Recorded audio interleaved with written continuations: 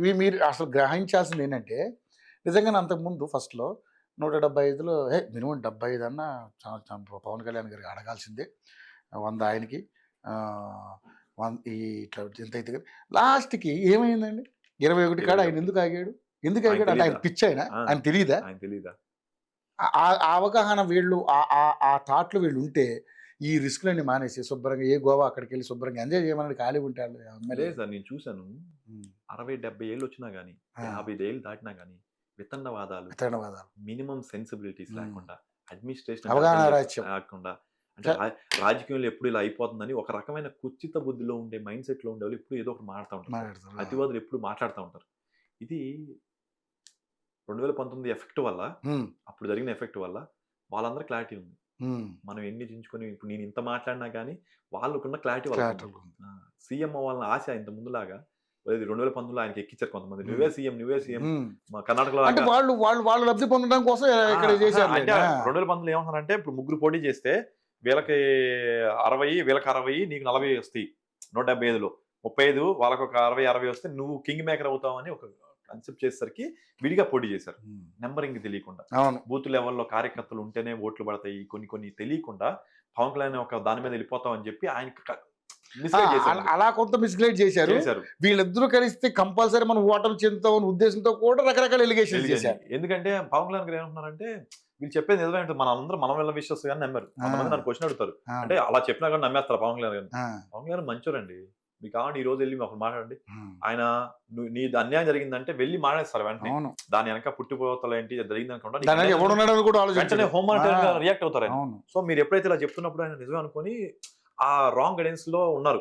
అదే చెప్తున్నారు, wrong guidance లో పక్కనే ఉండడం వల్ల వాళ్ళు మనాలనుకుని నమ్మారు. ముందు భజన గాళ్ళు పక్కన తీసేస్తే అది కామన్ అండి. యాక్చువల్గా భజన గాళ్ళు అంటే రెండు రకాలు. ఇప్పుడు మేము పక్కనే కూర్చొని కంటిన్యూస్ గా పొగిడినా బాగోదు, కంటిన్యూస్ గా తిట్టినా బాగోదు. కరెక్ట్ గా లాజికల్ గా ప్రాక్టికల్ గా చెప్పి బాబు మనం 21 కొట్టాం.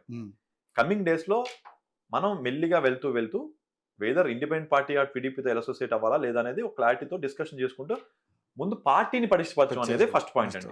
ఈ రోజు డేట్ లో మనం నెక్స్ట్ టైం ఎలక్షన్స్ కి విడిగా వెళ్ళిపోచేద్దాం అనే మైండ్ సెట్ లో ఇద్దరు లేరు. మీరు చూస్తామంటే 10 ఏళ్ళు మేమే ఉండాలి.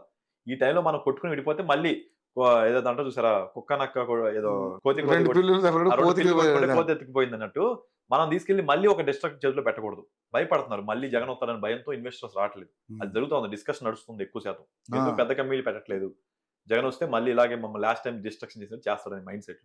సో ఇవన్నీ ఆలోచించి ఈ చిల్లర కమెంట్లు చేసిన అందరినీ దయచేసి ఇది టీ కప్ లో తుఫాన్ లాగా మర్చిపోయి పవన్ కళ్యాణ్ గారిని చూసి మీరు గ్రౌండ్ లెవెల్లో పార్టీని ఎలా పరిస్థితుల్లో సజెషన్ చేయండి, వెళ్ళి పార్టీ కోసం పనిచేయండి, మీ వంతుగా ఏం చేయగలరో చూడండి, డొనేషన్స్ ఇప్పించండి. పార్టీ బతకాలంటే మినిమం ఎంతో కొంత యాక్టివిటీ చేయాలి. అలాగే పార్టీకి సభ్యత్వాలు నమోదు చేయండి. టీడీపీ అతివాదులు మీకు దమ్ముంటే పార్టీ నమోదుల కార్యక్రమంలో మీ నెంబరింగ్ గేమ్ చూపించండి. అంతేగాని చిల్లర కమెంట్లు చేసి రాష్ట్రాన్ని డివేట్ చేయదు. అక్కడ ఇప్పుడు ప్రాబ్లం ఏంటంటే రాష్ట్రం చాలా దరిద్రమైన పరిస్థితులు ఉంది కాబట్టి దాన్ని అభివృద్ధి పరుచుకునే ఆలోచనలు ఉండాలి.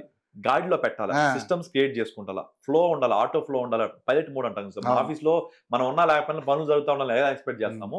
స్టేట్ కు ఏం జరగాలి సార్. ఇంకొక మెయిన్ ఇంపార్టెంట్ థింగ్ సార్, కొంతమంది ఎవరు అంటే హైదరాబాద్ లో ఆస్తులు కొనేసుకొని 2019-24 మధ్యలో ఆంధ్రప్రదేశ్ లో డిస్ట్రక్షన్ వల్ల అక్కడి నుంచి వచ్చేసరికి రేట్లు పెరిగిపోయి సడన్ గా సంపన్నులైన అందరికీ ఒక రకమైన డిసప్పాయింట్ మూడ్ లో ఉన్నారు. ఎందుకంటే హైదరాబాద్ లో రేట్లు, అది ఓల్డ్ ఎకనామిక్ ఇష్యూస్ వల్ల కూడా జరిగింది ఒకటి.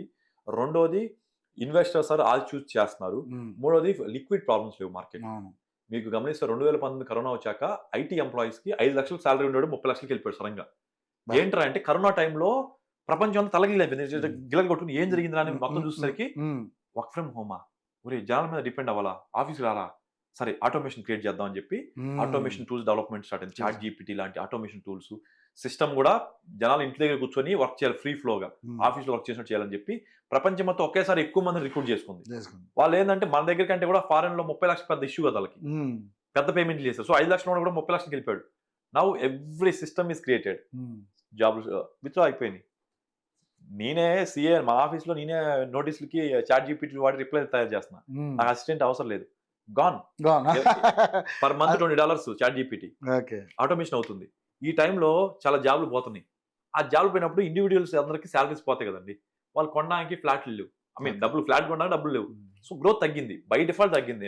ఆంధ్రప్రదేశ్లో కూడా మనం అనుకున్నాం కానీ ఆంధ్రప్రదేశ్లో ఒక రకమైన పాజిటివ్ ఎనర్జీ వచ్చిందే కానీ అక్కడేమి మీకు రియల్ ఎస్టేట్ పెరగడం కానీ అంతేం లేదు.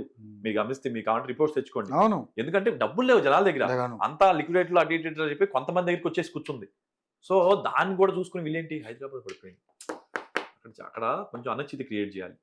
వైఎస్ఆర్సీపీలో ఉండే కొంతమంది వాళ్ళకి ఏం పని సార్, సెక్యుల్ మావులాగా పాచికలు పడతా ఉండాలి. ఇదే పని, అదే పనిగా ఈ 5 ఏళ్ళు చేసేది కూడా అదే పని. వాళ్ళ మాయలో మీరు పడద్దు. మనకు కావాల్సిన రాష్ట్ర శ్రేయస్సు. పవన్ కళ్యాణ్ గారి ఐడియాలజీని చూడండి, చంద్రబాబు గారి రీసెంట్ టాక్స్ చూడండి, దే ఆర్ వెరీ క్లియర్. మీలాగా చిల్లర పంచాయతీ చేసుకుంటా కూర్చుంటే రాష్ట్రం ముందుకెళ్తుందా? సపోజ్ మీరు అనుకున్నట్టు మీరు ఎక్స్పెక్ట్ చేస్తున్నట్టు చంద్రబాబు గారు పవన్ కళ్యాణ్ గారు ఇప్పుడు ఎడమొహంగా ఉండి అడ్మినిస్ట్రేషన్ మీద ఫోకస్ చేయకుండా ఈ రాజకీయ చదరంగం చేస్తున్నారు.